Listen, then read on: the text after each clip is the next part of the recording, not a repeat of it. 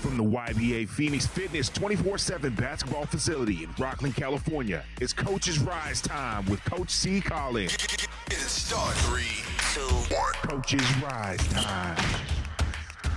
Yep, I'm here. It's Coach C.Collins talking Coach's Rize time.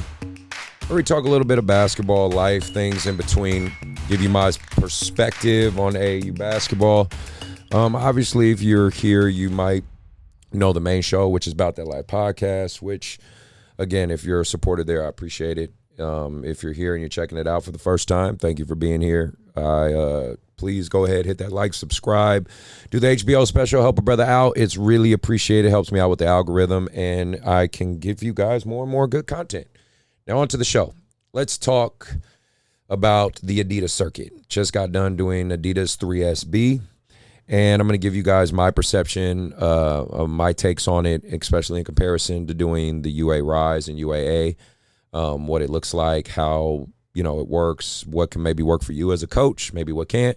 And if it helps you out, please take my tips, take my notes, and I hope it all works out for you. So straight off the bat, as far as schools being there, yes, at the Rock Hill, South Carolina 3SB event for that live period, schools are there. We're talking about 125 plus Division I college coaches in that arena. If you go on my IG, and of course my links are always to everything's in the description. You can hit me up on IG. I will return your messages. I'm not above that. I'm not famous or anything like that by any means. But if I can give you guys some tips and some help, hit me up. No, it's real. It's legit. I mean, Duke was there, Syracuse, Cal, UCLA, USC. I mean, if you think of some Division I's, mid-tier to high-tier, they were there. I'd say, you're not going to see a lot of JUCOs there. You're not going to see a lot of Division IIIs. I think, again, I could be wrong, but I get the interpretation that most of those colleges are more realistic and know that they're most likely not going to get those kids. So, they're shooting for the kids that they know they can get. What I will say, what I do like on the 3SB, what I wish they would do on the gold side, but I get it. I guess maybe they can't because of cost and things like that. I don't know the logistics, but this is just what I could say I saw. With the UA Rize, and if you guys look at my docuseries, you'll see that. It was 3 officials every game, shot clock, and it was 4 quarters. With 3SB, it was 3 officials, shot clock, 2 halves. And I like 4 quarters, personally, me. And they didn't do that on the gold side. On the gold side, it was 2, I believe, 16-minute half stop clock with 2 official crews. No shot clock. And I'm sorry, at high school level, there needs to be a shot clock. It just has to be. I know there's extra cost to that because you got to have a scorekeeper who's keeping track of the score and the books and the scores on the scores on the scoreboard and the stats and things like that, and you need a separate person for just the shot clock and stats. But, dude, just spend the extra money. If you guys really got to put the cost to the consumer, put the cost on us. You know what I mean? Like, charge an extra $25, $50 to get those. And because it should be the same as the gold side and the 3SB side. Adidas, if you ever listen to this, or my guys at the Compton Magic who help run the Adidas side, if this video or podcast ever gets to you guys, that's my tip for you. You need to have the same experience on the gold side that you would have on the 3SB side. We get the locations are different, the level's different. I get it, but you don't want a lesser than product.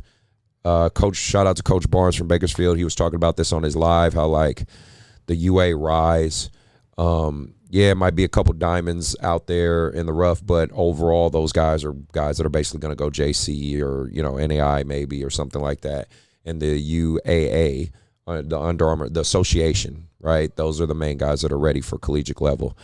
Adidas, I'll say, it, in my opinion, the talent level is more distributed.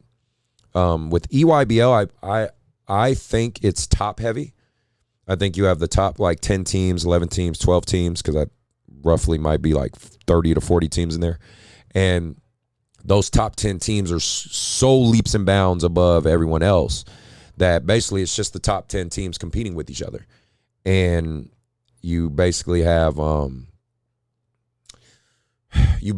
the rest of the teams that are there, but they're not really going to get a strong shot at winning it because they just don't have the firepower. Or maybe you get a George Mason situation, where this random team in the UIB out of nowhere makes it happen, or EYCL, but it just seems unlikely. But Adidas, I will say the talented pool is more distributed, so it is more feel like an even playing field. The biggest thing I want to say and note too is California teams have lost their grit.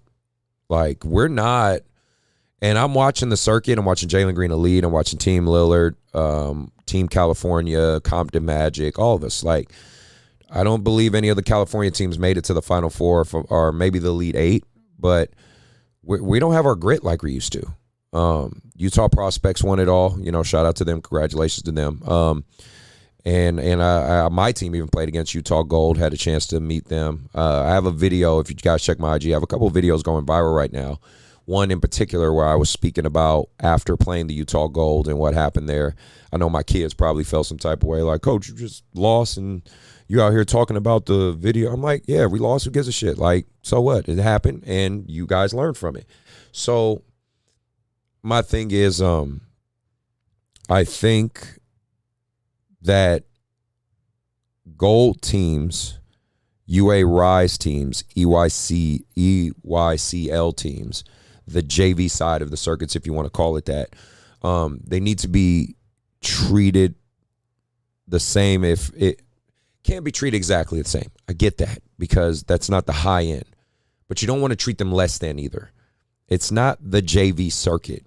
It's just these teams most likely don't have the financial backing, like myself. Like, I don't have a NBA player financing my guys. I fundraise, I do different things, but I don't have people cutting checks for my club like that.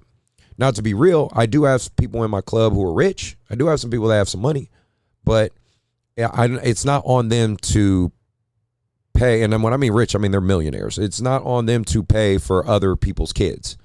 And this, still, I never understood the logic of people believing that their kid should be paid for by other people. It might not be you paying, but somebody is. Why do you think your kid should have someone else pay for them? I don't know. I don't understand it, but that seems to be the thing, I guess. Nobody thinks their kids, or especially if their kids are at a high enough level, that other people should be paying for them to play basketball.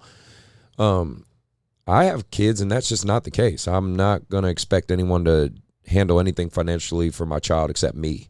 So to have that kind of fucking attitude is ridiculous to me. And I'll call you parents out on that shit every day of the week. Like, why do you think your kid deserves to be free just because they're your kid?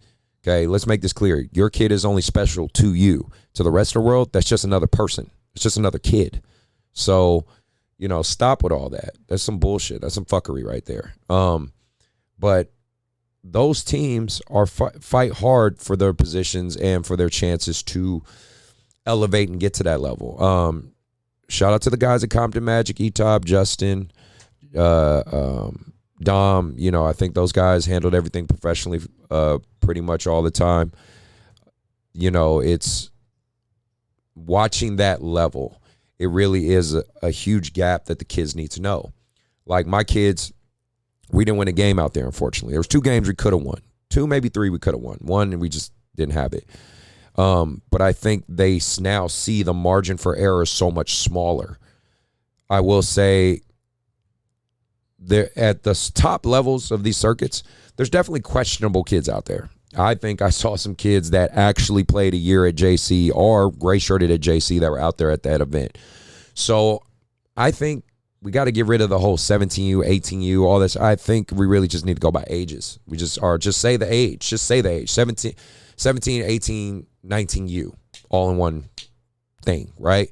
And it is what it is. If you're 17 years old and you can't play against a 19-year-old, well, I mean, you might not be ready for college. That's just the reality of it. JCs, I have great relationships with the JCs out here. There's 6 of them in my area, and I pushed a lot of my kids to go JC. Not because I don't think they're talented. It's because they need to get older. They need to get a little stronger. They need to get a little faster, get some college experience just in the atmosphere, and then be ready to go. Shout out to Coach Rob from Last Chance U. Used to coach at East LA. He's at college in JUCO in San Diego. Me and him have a really cool relationship.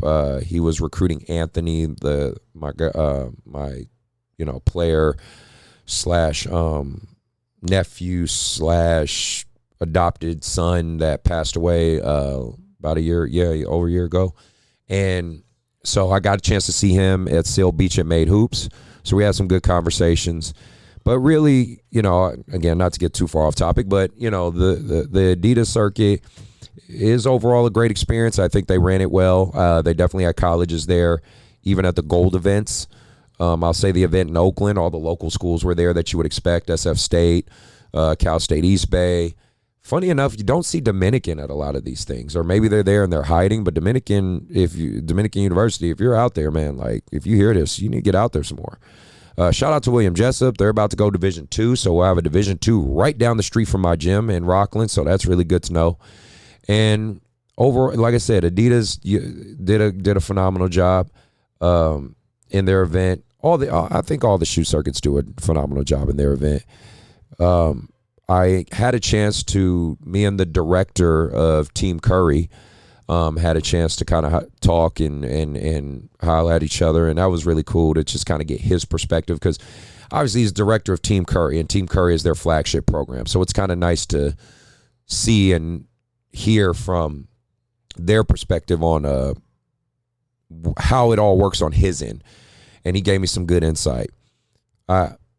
I appreciate those, because one thing I've been realizing, especially after what I've been doing, I've garnered a good amount of respect in this basketball community, and I really do appreciate those who message me, who talk to me, who support me, tell me, hey man, you're doing a great job. It's really appreciated. I don't always know if everything I'm doing is right. It's just what I think is right at the moment, and I do the best interpretation I can. That hopefully these episodes, even if you're listening, give you some insight and help you out.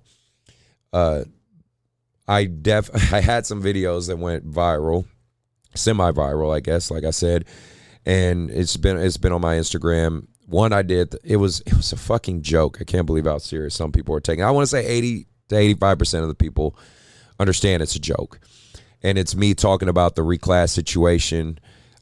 I've been kind of staying away as far as doing it as a topic, because I think we're beating a dead horse at this point. But, obviously I'm someone who's not an advocate of reclassing on the youth side. As far as high school, that's a different animal. I think high school, it is what it is. If you're a varsity player at 15, you're a varsity player at 19. It just is what it is, and you got to deal with it. But the genetic disadvantages between an 11-year-old and a 15-year-old are just so insurmountable. If you want something to parallel it, it's why they're talking about why men shouldn't be allowed in women's sports. It's bone density, it's lung capacity, heart rate, muscle density. Like, these are genetic factors that no matter how hard these women work, they're not going to be able to overcome them. So it's the same for youth.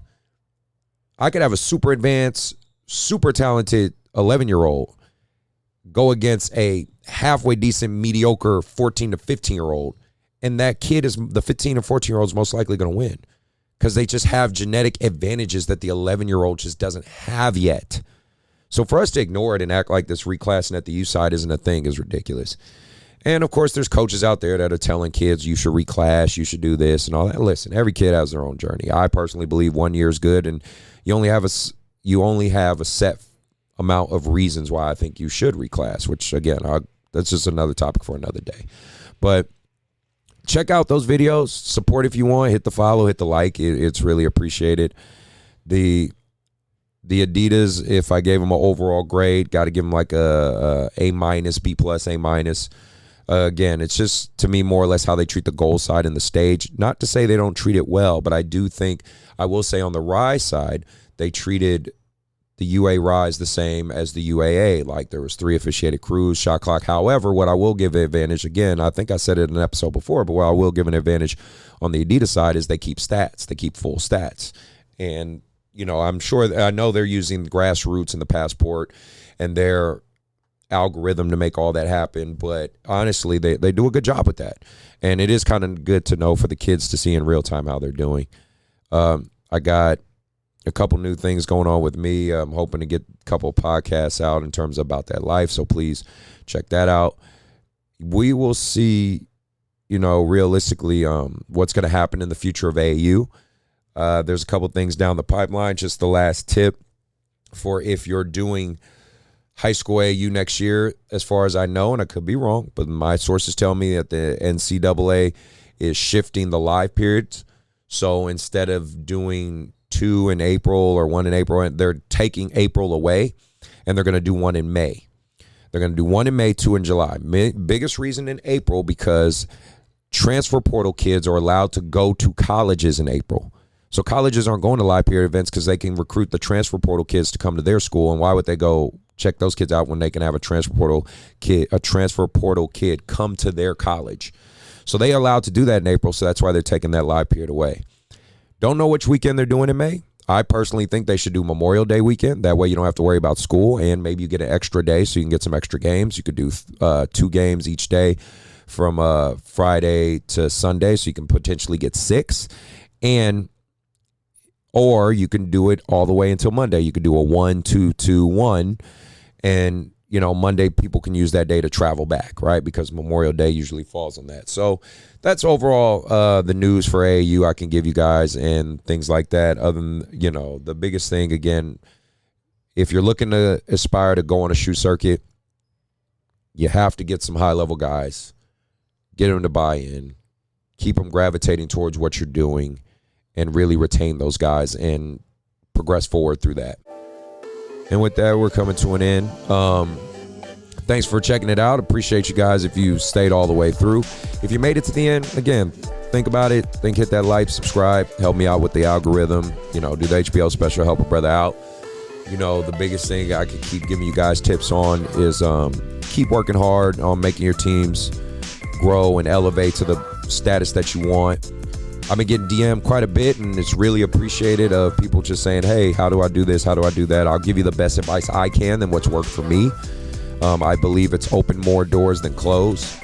And you have to accept the fact kids just aren't going to be loyal. They're going to go where they think is best, and you have to roll with the punches with that. But you do have that small group of kids that will rock with you because they truly believe in you and see the progression that you're doing, not only for them as a player, but setting them up to go into college.